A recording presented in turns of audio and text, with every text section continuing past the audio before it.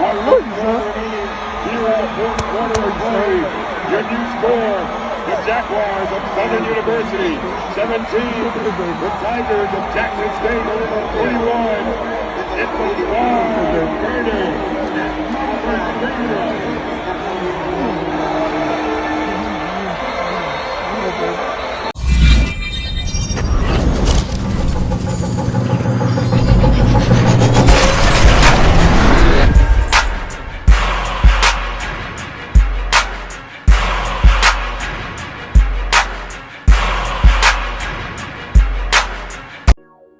Jackson State was down 17-7 with 8 minutes plus left to go. No one in the bench, not even the starting quarterback Shadir Sanders, kept their heads down.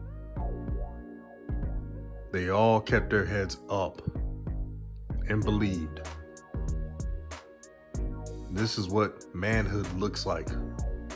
This is what it looks like when a son, which is named Shadir Sanders, is playing for his father, Coach Prime Deion Sanders. And he told his father, before he made that game-winning play to Weidman, that I got you. This is what he said to his father, that I got you. I'm going to win this for you. And he did that. Football not only builds character within the game, but football builds character away from the game. Every human being has trials and tribulations. What you can learn from football is to never give up. And you can take that with life. And these young men at Jackson State did not give up. Credit to Southern. Southern was everything I talked about, remember? Remember that video I did? I talked about how well their offensive line was. Check. I talked about Jordan Lewis. He was a beast. Check. I talked about their running backs. Run game. Check. That is a rivalry game, and you got to take the records out. When it comes to Jackson State versus Southern, it doesn't matter if you didn't win any games or if you won all of your games. It's thrown out the window. Before I talk about Jackson State, let me show love to Southern. Southern, they could have won this game.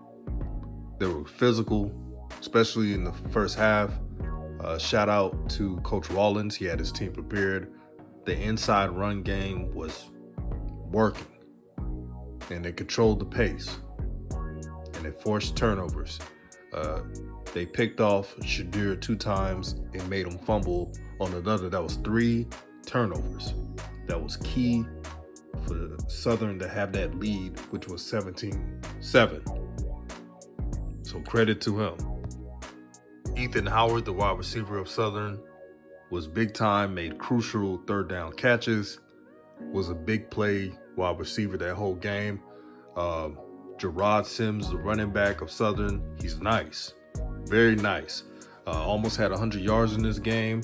Tough runner. Was really the engine of Southern. Now, Glendon McDaniel. First half, efficient. Him and Skelton was rotating at times. Now, I wish that they used Skelton all over the place on offense, even if he's not a quarterback. Put him at slot receiver, do some reverses. He's the most athletic guy on the field. I repeat, Ladarius Skelton is the most athletic player on the field. And it's a crying shame that Southern couldn't get him involved more this season. Whether it's quarterback, receiver, running back, just put them all over the field and make it work. And I wanted to see Southern do that. They just didn't do it enough. That's their only problem. But I hate that Ladarius Skelton was underutilized this whole season. And he's a senior.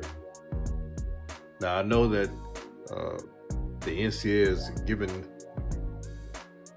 players option to be a 6-year player. I don't know if that still stands. I don't know if it's only because of the COVID year, but if he has a 6-year or 5th-year eligibility, I hope he could go to a team that can utilize him because he's very talented. As for McDaniel, even though he was efficient in the first half, the end of the game, it shows what Southern is missing. See, McDaniel, he doesn't lose you a game, but he doesn't win you a game. In Southern, if they want to go to the next level, they probably need a quarterback who has played against competition, go on the transfer portal, just get the sure thing. Someone who has played preferably in FBS competition, doesn't have to be a star, but someone who fits that offense. Now to the Southern coaching staff. I've been waiting to do this one.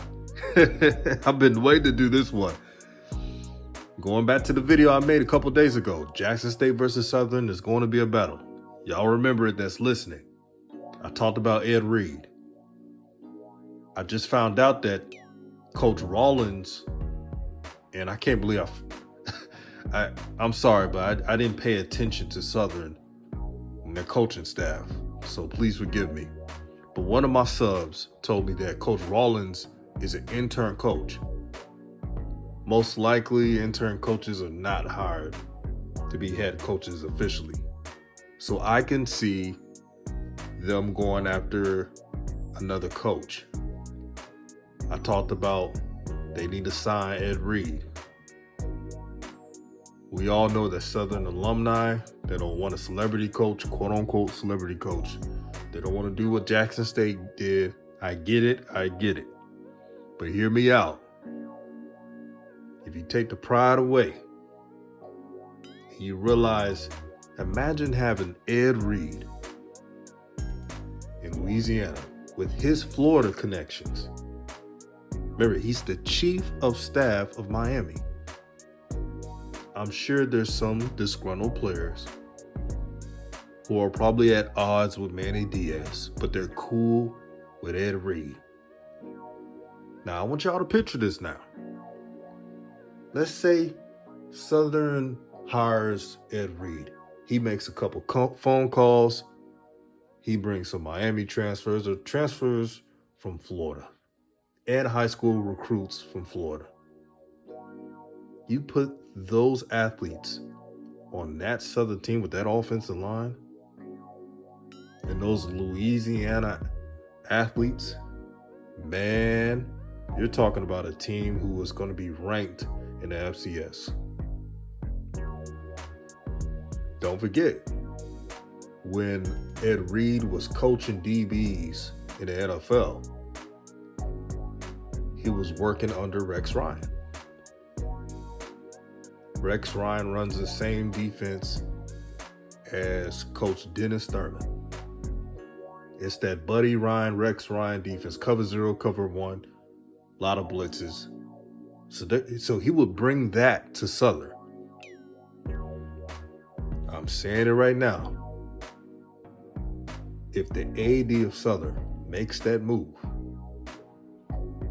and we're making predictions about who would win the SWAC, yes, I would say Jackson State will be favored, but Southern will have something to say, as well as FAMU and Prairie View, and it would create so much competition within this conference. I'm just saying, just a thought, Southern. Just a thought. But if you make that move, you never know what the possibilities that university could have with a coach like Ed Reed. And Ed Reed is not like a coach who is a celebrity coach and just got the job. He's earned his rep. He's coached DBs in the NFL. And now he's chief of staff of Miami. So he's understanding how to organize things. Just a thought again. Now to Jackson State. Shedeur Sanders wasn't his best game.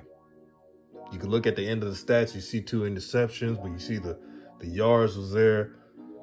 But for those who saw it, he was off. He's a freshman. It happens. The receivers dropped too many passes. And again, some throws were not accurately on target. But what the coaches say, if it's in your hands, you better catch it. Weidman, who is a super talented receiver, he has become the Megatron of the SWAC. He's like the Randy Moss Megatron of the SWAC. He has some key drops. He made up for it in the fourth quarter, especially for the game-winning touchdown. Shout out to Keith Corbin, H-Town's own Keith Corbin. Mr. Reliable. That's the nickname I've given him. He always shows up. He catches the ball. He catches in traffic. And he's a mismatch in the slot. And if I'm an NFL team, I'll look at his film. You know what you're going to get from him. Sure hands, good route runner. Looks like a good kid. You never hear anything bad about him. Mr. Reliable, Keith Corbin. Keith Corbin, even though he did not make the game-winning catch, that was Weidman, of course. Keith Corbin saved Jackson State's season. The plays he made, especially in 3rd and long, that was clutch. James Houston. Now, James Houston was being double-teamed and triple-teamed, and credit to Southern, they game plan for him. Southern has an NFL prospect on their offensive line. I forgot his name, so if anyone in the comment section knows the name of that brother, let me know. But even you saw James Houston make clutch plays in the fourth quarter. Keontae Hampton. Round of applause to Keontae Hampton. Key tackles, key pass breakups. Keontae Hampton could have been one of those Jackson State players that transferred and said, wait, they're recruiting all these players. I need to go and get a fresh start. He stayed. And he proved his worth. At first, I talked about Keontae probably being a tryout player in the NFL. But with performances like this, he may get drafted. You never know. He stood out. And on defense, he was a big help to Jackson State coming back. Shiloh Sanders. Again, he's not the best coverage player. We all get that. But he's athletic. Trust me, if he tests and you see his numbers, you'd be surprised what he could come up with. If he ran the 40, did a vertical, he's an athletic player. He had a game-winning ceiling interception. Shout out to him.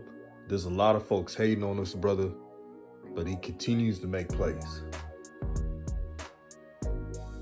And lastly, Shedeur Sanders. Shedeur Sanders was counted out this whole season. It seemed like every week they were looking for him to mess up and lose him a game.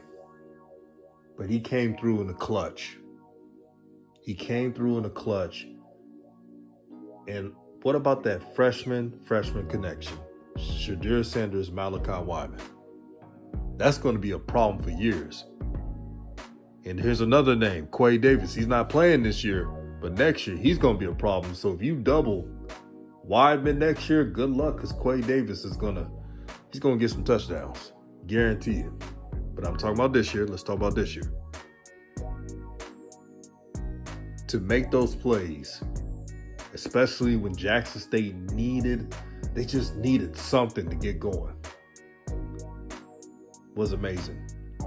Offensive line, shout out to you guys. The run blocking, that needs some work, but the pass blocking was good, especially going against Lewis and them brothers from Southern. So shout out to him.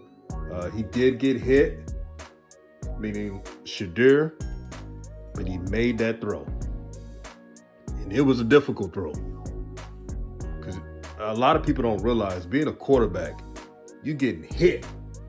And you got to just And you got to make sure your feet are in line. You got to make sure your eye discipline's there so you can target the receiver. It's not easy.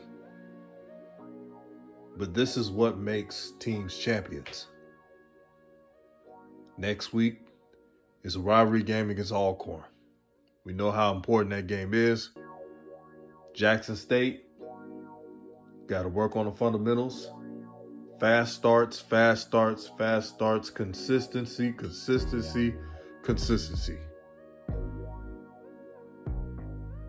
If Jackson State is consistent, they handle business.